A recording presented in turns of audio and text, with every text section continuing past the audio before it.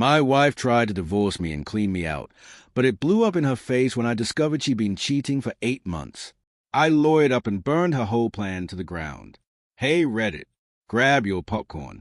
I'm Daniel, 40M. After 13 years of marriage, my wife served me divorce papers out of nowhere and tried to take everything. What she didn't count on was me finding proof of her affair, and a prenup she completely forgot existed. Now she's miserable, and honestly, it's hard to feel bad. Before we get into it, you need some background. I built my collision repair shop from absolutely nothing. 9 years ago, I started in a rented bay with a borrowed frame machine, and a dream my dad thought was stupid. I worked 16-hour days, teaching myself paint mixing ratios, dealing with insurance adjusters who treated body shops like criminals. I slept badly, ate worse, and maxed out credit cards just to keep the lights on. Fast forward to now, 6 bays, 8 employees, and contracts with 3 major rental car companies. The shop is thriving, and I still show up every morning with grease under my fingernails. Heather loved telling people how she supported my dream back when we were eating ramen. And sure, she was there, but once the money started coming in, her version of support turned into yoga classes, designer bags, and weekend trips with her friends. I didn't complain. I worked, she spent. I figured that was a deal. When you finally make it, you make your wife happy. Then came the text. 2:40 p.m. on a Tuesday. Don't come home tonight. Papers are being served at your shop tomorrow. That's how my 13-year marriage ended. Not a conversation. Not even a phone call. A text, like she was canceling Netflix. The papers arrived the next morning. 4 to 5 pages of pure insanity. Heather wanted the house, both vehicles, half my business, and 6 years of spousal support because she had sacrificed her career. That part actually made me laugh. Her big sacrifice was quitting her retail job 8 years earlier, because my shop was doing well. Since then, her full-time job had been spending money. I called my lawyer, my older brother, Isaac, who's been practicing family law for 15 years. She's going nuclear, he said after reading the petition, claiming emotional neglect, saying she needs major support. This is scorched earth stuff. Can she actually get all this in California? I asked. Maybe, he said. If she plays it right and you don't fight back, she could walk with half of everything. The business valuation alone is going to hurt. That hit hard. Heather had never shown any interest in the shop beyond asking when I'd be home for dinner. Now she wanted half its value. What can I do? I asked. We fight, Isaac said. We prove she's lying about hardship. But unless you've got something big, this is going to cost you a lot. After I hung up, I stared at the papers again. Something felt off. Not just a divorce, but the timing, the method, the confidence. Heather wasn't impulsive. She planned everything. Vacations, dinner parties, furniture purchases. Her closet was color-coded. Household expenses were tracked in spreadsheets. She didn't just wake up one day and decide to blow up our marriage without every detail already mapped out. That meant this had been coming for a while. Beth, my shop manager, and the reason anything stayed organized when I was buried in framework, knocked on my office door. Daniel, Terry's here about the insurance estimate, she said. The fleet account. That account paid half our bills. I shoved the divorce papers into my desk drawer and got back to work. Whatever Heather was doing, I still had a business to run. 8 employees depending on me. Customers waiting on their vehicles. I wasn't going to let my marriage wreck everything else. The meeting ran long. Terry wanted to talk about expanding the rental contract, which should have been great news. Instead, I kept checking my phone, waiting for another bomb. By the time I left, it was after 7. I drove home and used my key. The house was dark, empty. It smelled like a perfume. I walked through every room, looking for something, anything, that explained what was happening. Her closet was half empty. Clothes gone, but everything else still there. Jewelry, books, photos. It felt like she'd left in a hurry or planned to come back. Her home office door was locked. That was new. I grabbed a screwdriver from my truck and popped it open. At first glance, everything looked normal. Then I noticed her laptop was gone. Her external hard drive was missing too. That's when my stomach really dropped. I opened her desk drawers, bills, receipts, birthday cards. Normal stuff. Then I hit the bottom drawer. It was stuck. I yanked it hard until it popped loose, and shoved way in the back were a stack of papers she clearly hadn't meant for me to find. Credit card statements. For an account I didn't even know existed. I flipped through them, my hands starting to shake. $42,000 in charges over 8 months. Hotels, restaurants, jewelry, spa packages for two. For two. I sank down onto the floor, papers scattered around me, trying to process it. Heather had always been obsessive about finances. Careful, organized. This wasn't an accident or a slip-up. This was a secret account she'd deliberately hidden. My phone rang. Unknown number. A woman on the other end confirmed a deposition for next Tuesday and a settlement conference scheduled in 5 weeks. Heather was rushing this. I immediately called Isaac. She's trying to push this through fast, I said. That's weird, he replied. When someone's in a hurry, it's usually because they're scared you'll find something, or they need this finalized before something changes, like planning to remarry or hiding money. Yeah, I said, staring at the credit card statements.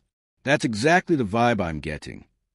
That night, I stayed in her office and went through every single paper I could find. By morning, a pattern was undeniable. Hotel charges every other Thursday. Restaurants every Saturday afternoon. Jewelry purchases lining up perfectly with the out-of-town tow jobs I took. She wasn't just planning to leave. She'd already been living a whole other life. And she'd left a paper trail. I showed up at Isaac's office at 8 a.m. looking like absolute garbage. His assistant took one look at me and made coffee without even asking. Isaac went through the statements carefully. This is good, he said, but we need to prove what the spending was for. Hotel charges alone don't prove an affair. We need proof of who she was with. Then he looked up at me. How do you remember your prenup? I blinked. We have a prenup. You signed one 3 weeks before the wedding, he said. Dad made you do it after Mom's divorce. You were pissed. I'd completely forgotten. What does it say? He pulled it out and flipped through. Page 7, Section 4. If either spouse cheats, the one who was cheated on keeps all their assets, and the cheater gets no spousal support beyond personal items. I felt my pulse spike. Heather's SUV is in both our names, I said. Then she gets nothing, Isaac replied. If we can prove she cheated. How do we do that? Phone records, he said. Can you get them? We pulled them up. One number stood out immediately. 53 calls over 8 months. Blake, real estate agent, 34 years old, married, 2 kids. Isaac was already typing. Let me see what else I can find on him. You should check social media. Blake's profiles were locked down tight. Privacy settings on everything. But his wife's wasn't. Hannah's account was public, full of family photos and mom stuff. I scrolled back through 8 months of posts. Most of it was normal. Kids at soccer. Date nights with Blake. Complaint about parent-teacher conferences. Then I found it. A post from 5 months ago. Anyone else's husband suddenly working late every Thursday? At this point, I should just start having juice by myself. The comments were full of other wives joking and commiserating. But it was a date that hit me. Every other Thursday. The same pattern as the hotel charges on Heather's credit card. I showed Isaac. We need to talk to Hannah. No, he said immediately. You stay away from her. If Heather's lawyer finds out you contacted the other wife, they'll claim harassment. He paused. There might be another way. What way? You remember April. April. Heather's best friend from college. You know, the one she suddenly stopped talking to about 8 months ago. I remembered. They'd been inseparable for years until some blow-up. Heather claimed April had become toxic and jealous after Heather's life turned out better. I'd never gotten the full story. What about her? If Heather was cheating, April probably knew, Isaac said. Those two told each other everything. And if their falling out lines up with when the affair started, April might be willing to talk. I nodded slowly. Worth a shot, Isaac said. But you can't approach her directly. Too obvious. You need someone who can feel her out without raising alarms. Who? What about my wife? Isaac said. Nina and April used to do yoga together. She could reach out, catch up over coffee, see what happens. Nina, was basically a ninja disguised as a suburban mom. If anyone could pull information without tipping anyone off, it was her. Do it, I said. For the next 3 days, my life was controlled chaos. During the day, I ran the shop like nothing was wrong. At night, I camped out at Isaac's place, going through financial records and building a timeline. Because at this point, it wasn't suspicion anymore. Heather had been seeing Blake for 8 months, spending money I earned on hotel rooms and expensive dinners, planning her exit while I worked 70-hour weeks to keep everything running. What burned the most wasn't even the cheating. It was how calculated it was. Heather didn't leave because she fell out of love or we grew apart. She'd been test driving her replacement, making sure she had somewhere to land before she bailed. Except she forgot about the prenup, and that mistake was about to cost her everything. Nina called Thursday evening. Got something? April's at a coffee shop downtown, she said. She's ready to talk. April looked different than I remembered. Thinner, sharper. She sat in a corner booth downtown and didn't smile when I walked in. You look terrible, she said. Thanks. Nas said you wanted to talk about Heather, she continued. I'm guessing it's not for marriage tips. I sat down across from her. When did you two stop being friends? About 8 months ago, April said, right around when she got serious with Blake. So she knew. How much do you know? I asked. April stirred her coffee, eyes fixed on the cup. Enough. I told her it was stupid. Told her she was throwing away something good for some midlife crisis fantasy. She told me I was jealous and bitter because my marriage didn't work out. I'm sorry, I said. Don't be, she replied. I was jealous. Your wife had everything, and she threw it all away because some real estate guy gave her attention. She finally looked up at me. Why are you here, Daniel? Heather filed for divorce, I said. She's trying to take half of everything. But I found proof of the affair, and we have a prenup that kills her claims if she cheated. Good, April said without hesitation. She deserves it. I need proof, I said. Do you have anything? She paused for a moment, then nodded. Yeah, I think I do. She pulled out her phone, scrolled for a bit, then turned it toward me. The photo hit me like a punch. Heather and Blake sitting at a restaurant I didn't recognize. His arm wrapped around her waist, her head resting on his shoulder. They didn't look like people sneaking around. They looked comfortable, like they'd been together for years instead of months. When was this? I asked. 4 months ago, April said. We were supposed to have lunch, just us. She canceled last minute, said something came up. I went to the restaurant anyway and saw them together. Took the photo. That's when I stopped talking to her. I looked at her. You were waiting for this. She didn't deny it. I knew she'd mess up eventually. Heather's good at planning, but terrible at covering her tracks. She thinks she's smarter than she actually is. What else do you know? Blake's wife doesn't know, April said. He's been telling her he's working late on deals, building his business. Hannah's completely clueless. She posts these happy family photos while her husband's meeting your wife at hotels every other Thursday. I hesitated, then asked, if this goes to settlement, would you testify? Or at least give a statement? She didn't hesitate at all. Yes. We talked for another hour. April had more than just that one photo. She had screenshots of texts from Heather, bragging about expensive gift Blake bought her, talking about their plan to get married once both divorces were finalized. She even had details about a trip they took to the coast while I was at a towing conference in San Francisco. Did she ever mention the divorce plan? I asked. All the time, April said. She had it mapped out. Blake's lawyer friend helped her figure everything out. That explained the rush. Blake's lawyer friend? I asked. Yeah, some guy named Dylan. Works at a firm downtown. He's the one who told Heather she could clean you out if she played it right. I texted Isaac immediately. Find out everything you can about a lawyer named Dylan who works with Blake. By the time I left the coffee shop, I had enough to blow Heather's case apart. Photos, text screenshots, testimony from her former best friend, phone records, and the prenup she'd completely forgotten about. Isaac called while I was driving back to the shop. Dylan works at a firm downtown, he said. He's Blake's college buddy. And get this, he's the one who referred Heather to her lawyer, Meredith.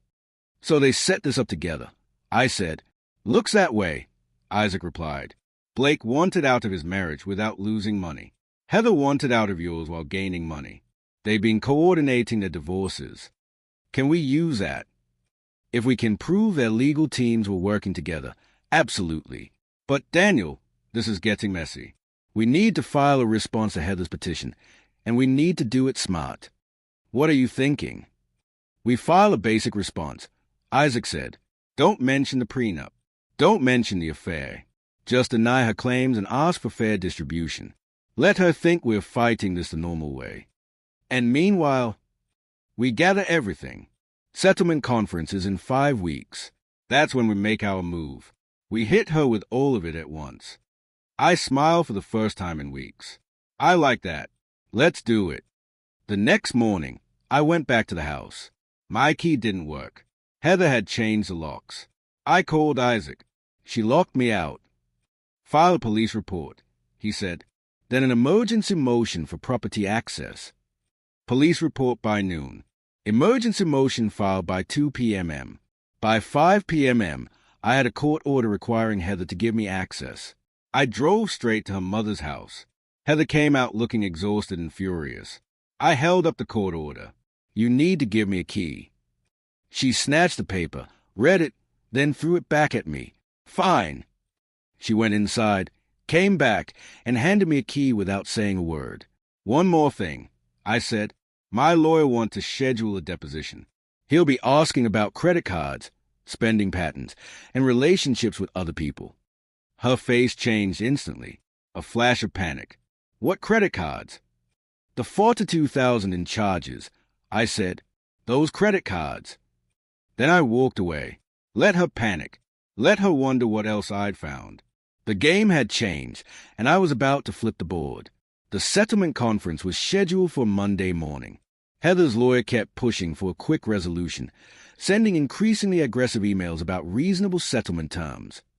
Isaac politely rejected every single one. 3 days before the conference, Isaac called. We need to talk strategy. I left Beth in charge of the shop and drove to his office. He had everything spread out across the conference table.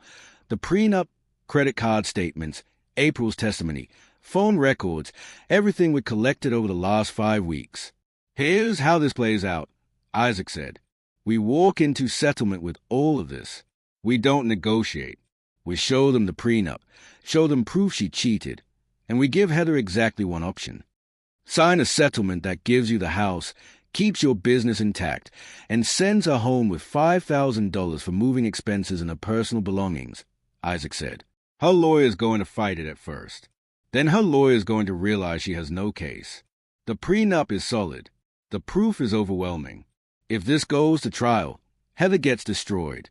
She'll walk away with nothing, he continued, and she'll owe us legal fees.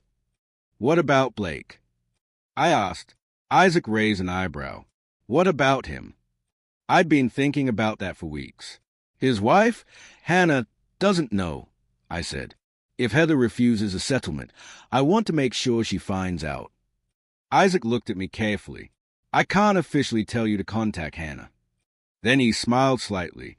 But unofficially, if I were you, I might mention to April that Hannah deserves to know.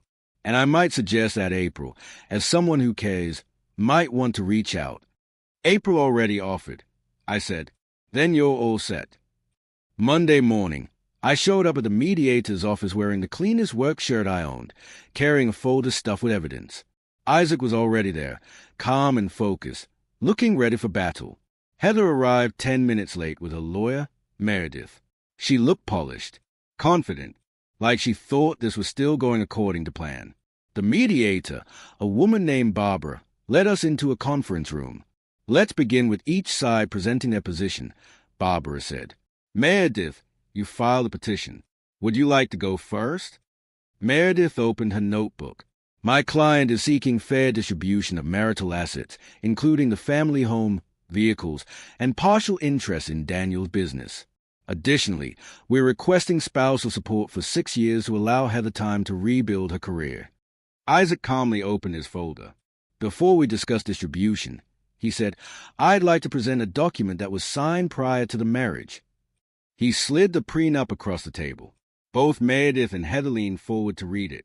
I watched Heather's face drain of color. When was this signed? Meredith asked. 13 years ago, Isaac said evenly. 3 weeks before the wedding. Both parties signed in front of a notary. It's a valid prenuptial agreement. Meredith's eyes moved faster as she read. Her expression shifted from confusion to concern. This limits distribution based on misconduct during the marriage, she said. Specifically cheating, Isaac replied. If either party cheats, they forfeit claims to spousal support and property division beyond personal items.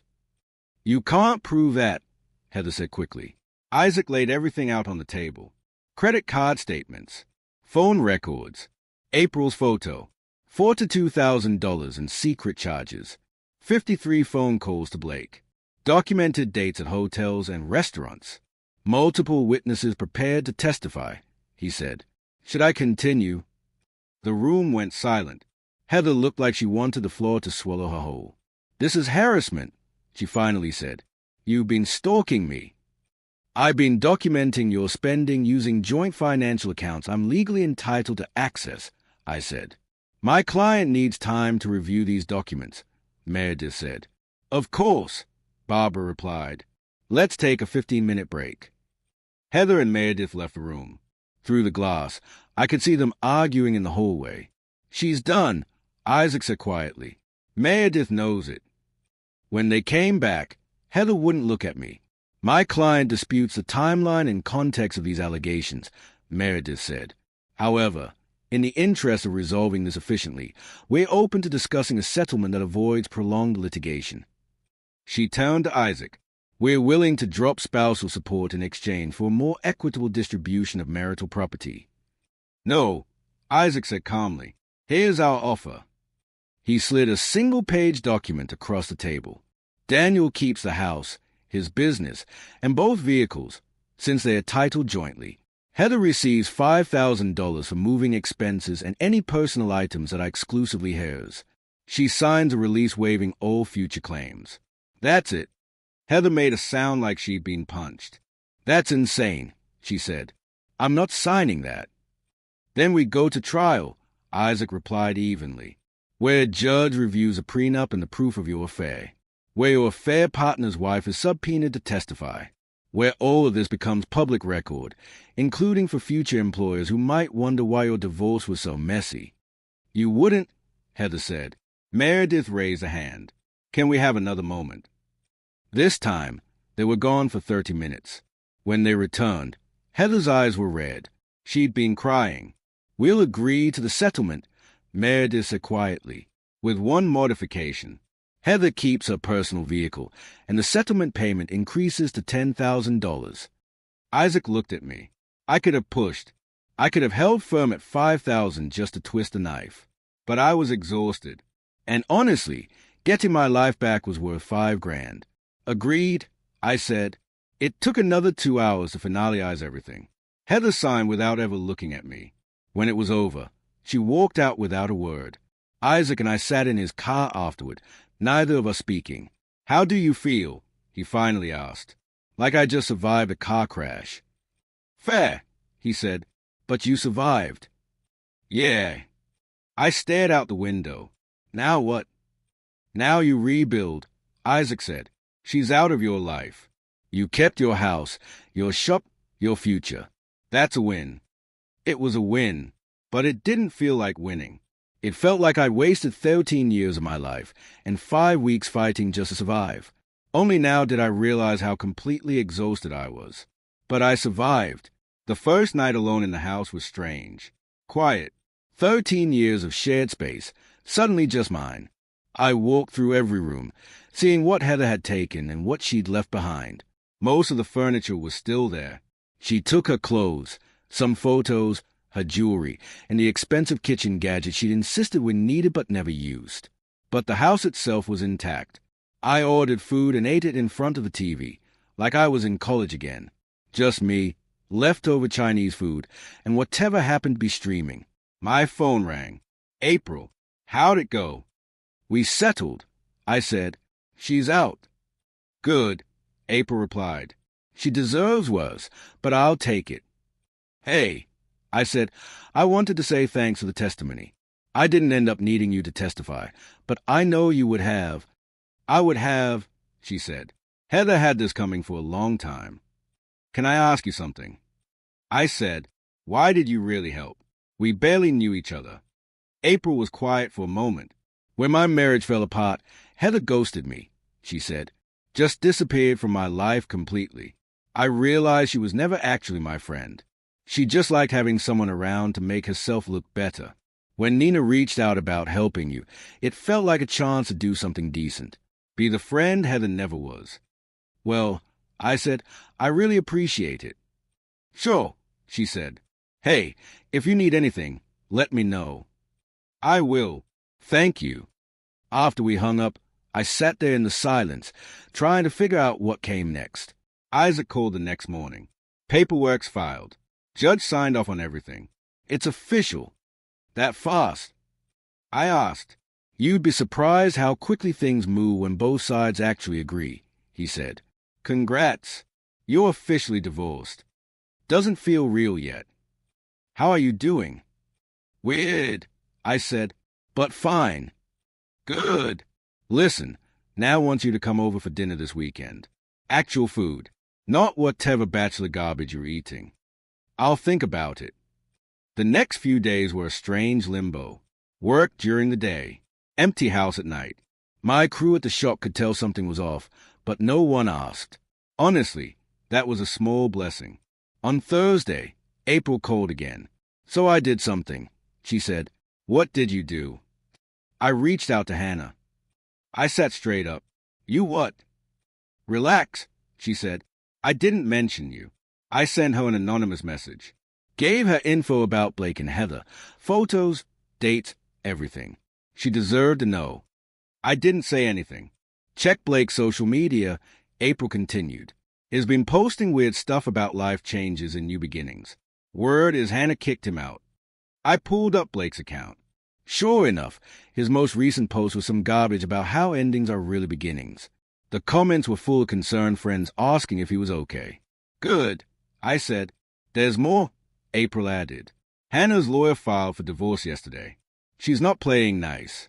She's going for full custody and maximum child support. How do you know this? I have friends who know people, April said. Portland's not that big. Point is, Blake's life just got very messy. What about Heather? Haven't heard anything. But if Blake's getting divorced now instead of later, their whole plan just collapsed. She probably thought they'd be together once both divorces were done. Now is fighting a custody battle, and she's single, unemployed, and broke. That's their problem, I said. Work became my escape. At the shop, I could focus on frame measurements, paint matching, and insurance estimates instead of my demolished personal life. Terry called to finalize the expanded fleet contract, another $500,000 in yearly revenue. Small wins. One afternoon, Beth knocked on my office door. Daniel, there's someone here to see you. She says it's personal. I looked up, confused. Who? She said her name is Hannah. Oh, Hannah was in her early 30s. Dark hair, jeans and a blazer, like she'd just come from a meeting. She looked exhausted. Daniel, I'm sorry to show up at your work, she said. I didn't have your personal contact. It's fine, I said. Have a seat. She sat across from my desk, hands folded in her lap. I got some information recently about my husband and your wife, she said. I wanted to talk to you about what you know. How did you find me? The information mentioned Heather, she said. I looked her up, found your name, and figured out where you worked. What do you want to know? How long have you known? About 5 weeks, I said. I found credit card statements and phone records. Started putting things together. And you divorced her. The settlement was finalized a week ago. Hannah nodded slowly. Blake told me he was working late, building his business, she said. I believed him. I was home with our kids while he was... She stopped, pulling herself together. I'm filing for divorce, she said. My lawyer says I have a strong custody case. I'm sorry you're going through this, I said. Are you? Yeah, I said. I know what it's like to have your life blown up by someone you trusted. It sucks. The woman who sent me the information, Hannah said, do you know who that was? A friend, I said. Someone who thought you deserved to know. Tell her thank you. After Hannah left, I sat in my office staring at nothing. Heather had destroyed multiple lives chasing something she thought would make her happy. Now everyone was just picking up the pieces. That evening, Isaac called again. You're not going to believe this. What happened? Blake just filed a complaint against his lawyer friend, Dylan, Isaac said. Claims Dylan gave him bad legal advice and that Heather's settlement sets a precedent that screws him. His words, not mine. So Blake is suing the lawyer who helped them coordinate their divorces. Yep, and Dylan's firm is reviewing whether to drop Heather's lawyer, Meredith, as a referral partner. This whole thing is turning into a legal mess. Good, Isaac said. You won. You can let this go now. I am letting it go, I said. I'm just enjoying the show. 2 months later, I was at the hardware store buying paint when I saw her. Heather. She was at the checkout counter, trying to return a pile of expensive decorating items. The clerk was shaking her head, pointing at a big no-return sign. I almost left. I could have ducked out the side door and avoided the whole thing. But something made me stay. Maybe curiosity. Maybe karma. Maybe just wanting to see what her life looked like now. She looked different. Tired. Wearing sweatpants and an old college hoodie I remembered from years ago. Nothing like the polished, put-together woman she used to be. The clerk was still refusing to return. I have the receipt, Heather snapped. These are unopened. You have to take them back. Store policy, the clerk said. Home decor items are final sale. That's ridiculous, Heather said. I need this money. Then she saw me. Our eyes met across the store. For a second, neither of us moved. Then I walked over. Hey, Heather. Daniel, she said flatly. What are you doing here? Shopping. You? She grabbed her bag of rejected returns and walked toward the exit. I followed, not even sure why. Outside, she turned on me. What do you want? Nothing, I said. Just saw you and figured I'd say hi. Well, you said it, she said. Bye. She turned and walked toward the parking lot. I kept pace with her. How are you doing? I asked. I'm good, she said quickly.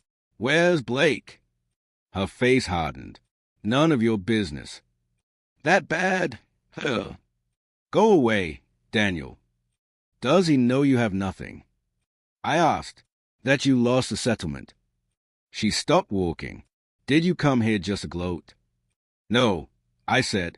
I came to buy paint. But since we're talking, yeah, I'm a little curious how all this worked out for you. You destroyed everything. Heather, I said, you filed for divorce trying to take everything I owned. You spent $42,000 on an affair.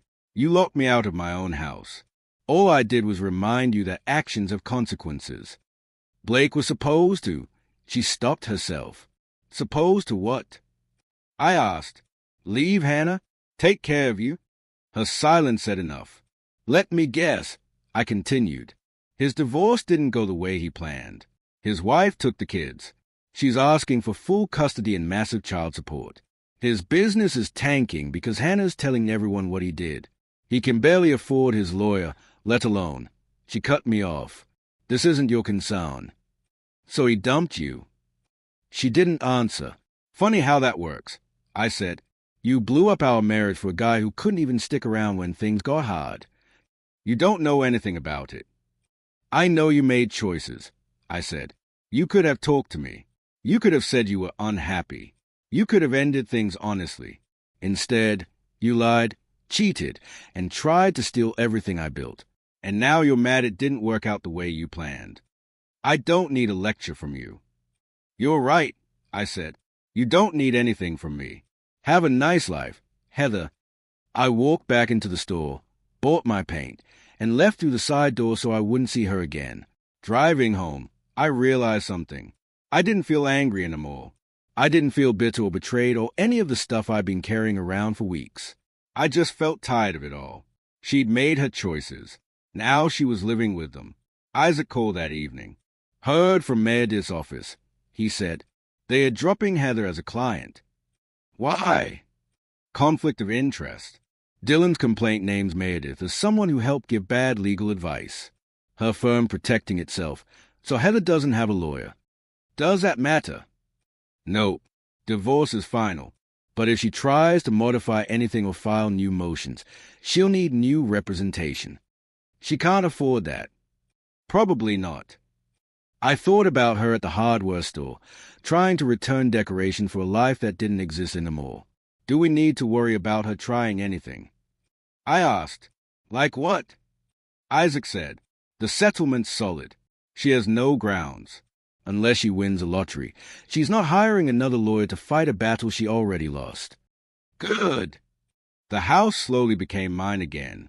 I repainted the bedroom.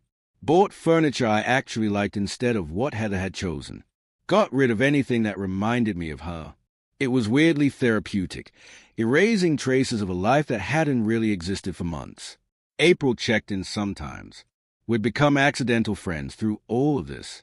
She invited me to group dinners and weekend hikes. I usually said no. Sometimes I went.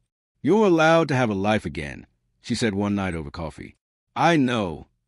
Do you? She asked. Because you're acting like you're still in crisis mode. I'm just busy. You're avoiding, she said. There's a difference. Maybe she was right. I just wasn't ready to deal with that yet. Life slowly settled into a new version of normal. It was lonely sometimes, but peaceful. 4 months after the divorce was finalized, she showed up at my shop. Beth buzzed my office. Daniel, your ex-wife is in the lobby. She says she needs to talk to you.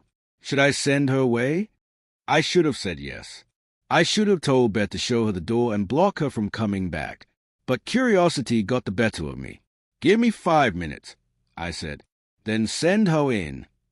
I wiped the grease off my hands and straightened my desk. Heather walked in looking worse than I'd ever seen her. She'd lost weight, dark circles under her eyes, clothes that didn't fit right, like she'd borrowed them from someone else. Thank you for seeing me, she said quietly. What do you want, Heather? She sat down without being invited, hands folded like a kid about to confess. I need help. I waited. I thought you were doing good, I said. Her face hardened. No, I'm not. I'm living with my mom. I can't find work. No one will hire me because of the gap in my resume, and I can't explain it without bringing up the divorce. I'm broke. The $10,000 is gone. I have nothing. Okay. That's it, she snapped. That's all you have to say. What do you want me to say? I asked. What does this have to do with me? I know I messed up, she said. I know I hurt you. But Daniel, I'm desperate. I need money. Just enough to get an apartment and get back on my feet. 13 years is to count for something. I stared at her. You're asking me for money. I don't have anyone else. What about Blake? Her face crumpled. He won't talk to me. His divorce ruined him. He's paying massive child support. His business is failing, and he blames me for it. Shocking. Don't, she said. Don't what? Point out that you destroyed multiple lives chasing a fantasy. I know I made mistakes, she said, crying now. Mistakes? I said, you didn't make mistakes. You made choices. I'm begging you, she said. I have nowhere else to go. Then go to your mother. Go to your friends. My friends won't talk to me. My mom can barely afford to feed herself. I've burned every bridge I had. Then build new ones, I said. That's not my problem. How can you be so cold? I leaned back in my chair. You want the truth? I spent 2 months angry at you. Angry about what you did, how you did it, the lies and manipulation. Then one day I woke up and realized I didn't care anymore. You're not my wife. You're not my problem. You're just someone I used to know who made terrible choices and now has to live with them. I made those choices because I was unhappy with you. No, I said, you made those choices because you're selfish. You wanted excitement and validation without doing the work of fixing a marriage. You wanted an easy exit with maximum profit. It didn't work. That's on you. So you won't help me. I didn't say that. She looked up, hope flickering. I'll give you one thing, I said. Advice. You're a grown woman. Figure it out. Get a job. Accept the truth that you screwed up. She stood, face red with anger and embarrassment. You're enjoying this. Watching me suffer. No, I said. I'm just done caring. There's a difference. I hope you remember this when you need help someday. I will, I said, and I'll handle it myself, like an adult. After she left, I sat in my office for a long time. Beth eventually knocked. You okay? Yeah, I said. Actually, What did she want? Money. Help. Someone to blame. Did you give it to her? No, I said. I gave her reality instead. Beth smiled. Good for you. That night, I went to Isaac and Naz's place for dinner. I brought food. I stayed for dessert. We played board games with the kids. Normal, boring family stuff. It felt good. The next morning, I woke up early and went for a run, something I hadn't done since before the divorce. The neighborhood was quiet. The sun was just coming up. Everything felt still and peaceful. At the shop, Terry called about expansion. More vehicles, more revenue, more work. My collision shop was growing faster than I planned. Heather tried to destroy me. Instead, she destroyed herself. I wasn't going to waste any more time feeling bad about that. I built a good life once. I'll build it again. This time, it'll be for me. No compromises. No sacrifices for someone who didn't appreciate them. Just me, my life, my friends, and whatever comes next. That's enough. Guys, we are so close to hitting 100,000 subscribers on this channel. If you're not subscribed yet, please consider subscribing. It really helps us reach that 100,000 mark. Thanks for making this dream come true.